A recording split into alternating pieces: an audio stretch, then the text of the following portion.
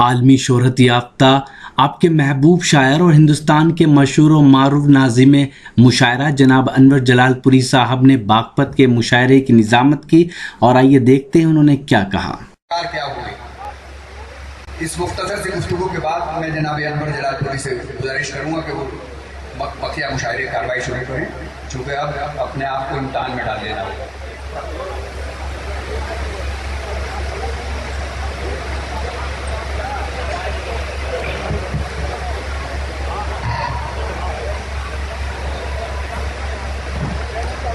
عالی مرتبت چیئرمین راج الدین صاحب، میرے محترم کرم فرما کوکب حمید صاحب سابق وزیر حکومت اتر پردیش، اور ڈاکٹر معراج الدین صاحب سابق وزیر حکومت اتر پردیش، ان کی کرم فرمائیوں کا میں ساری عمر قرضدار رہوں گا۔ آج سے 8 برس پہلے میری بائی پاس سرجری ہوئی تھی لکھنؤ پی جی آئی میں 8 دن تک ایڈمٹ تھا۔ یہ دونوں حضرات لکھنؤ کے بہت ہی معتبر اور محترم مبصرہ تھے، لیکن یہ مجھے دیکھنے جاتے رہے، پی جی آئی میں 1 گھنٹے بیٹھتے رہے، اور مجھے اسی دن یقین ہو گیا کہ سیاست میں چاہے جتنے برے لوگ آ جائیں، لیکن اچھے لوگ جب تک سیاست میں رہیں گے تب تک سیاست باقی رہے گی، ورنہ سیاست کا چہرہ بہت داغدار ہو جائے گا۔ ہمارے حفیظ بھائی، نگر پالیکا کے تمام ذمہ داران، بہت دیر ہو گئی ہے، میں بہت سی گفتگو کرنا چاہتا تھا آپ سے، لیکن گفتگو میں یہاں سے شروع کر رہا ہوں کہ باغپت کے دوستوں، بہت دن سے تمہیں دیکھا نہیں تھا، بہت دن سے تمہیں دیکھا نہیں تھا، یہ آنکھوں کے لیے اچھا نہیں تھا۔ جس کو چاہو، جسے پیار کرو، اگر زیادہ دن اسے نہ دیکھو تو آنکھوں میں خشکی آ جاتی ہے۔ آنکھوں میں تراوٹ کے لیے، آنکھوں میں تری کے لیے ضروری ہوتا ہے کہ کچھ پیارے لوگوں کو کبھی کبھی دیکھ لیا جائے تاکہ آنکھوں کی تری سلامت رہے۔ مشاعرہ شہیدوں کی یاد میں ہے، 15 اگست کے قریب مشاعرہ ہے۔ ہمارے ملک کی آزادی کو 67 برس گزر چکے، مگر یہ 15 اگست آسانی سے نہیں آیا تھا۔ اس کے ساتھ پچھلے 150 برس میں ہندو مسلم شہیدوں نے اپنی قربانیاں جس طرح سے دی تھی، پھانسی کے تختے پر وہ لوگ جس طرح سے سوار ہو گئے تھے اپنی خواہش سے، انہیں یہ نہیں معلوم تھا کہ ان کے بعد کتنی نسلوں کو یہ جو غلامی کی گھٹن ہے اس سے نجات ملے گی اور آزادی کی کھلی فضاؤں میں آپ سانس لیں گے۔ ہم ان شہیدوں کے قرضدار ہیں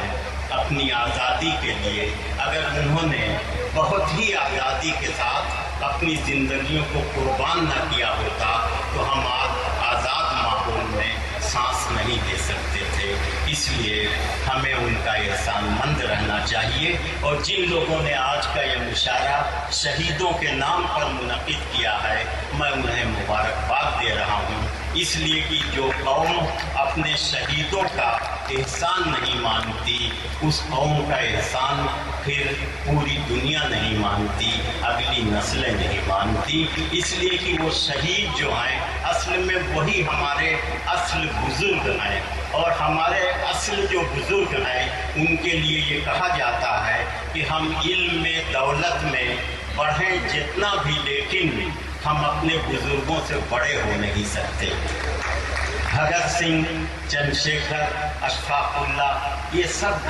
22-24 سال کی عمروں میں یہ سب پھانسی کے تختے پر چڑھ گئے تھے، شہید ہو گئے تھے، لیکن آج جو 80 برس کا ہے وہ بھی کہتا ہے کہ یہ ہمارے بزرگ ہیں، اس لیے کہ اگر یہ نہ ہوتے تو ہم آزادی کی فضا میں سانس نہیں لے سکتے تھے۔ تو بزرگی جو ہے قربانیوں سے بھی ہوتی ہے، بزرگی علم سے ہوتی ہے، بزرگی قربانیوں سے ہوتی ہے، بزرگی سفید داڑھی سے نہیں ہوتی، بزرگی عمر سے نہیں ہوتی، بزرگی اس سے ہوتی ہے کہ آپ نے اگلی نسلوں کو دیا کیا ہے،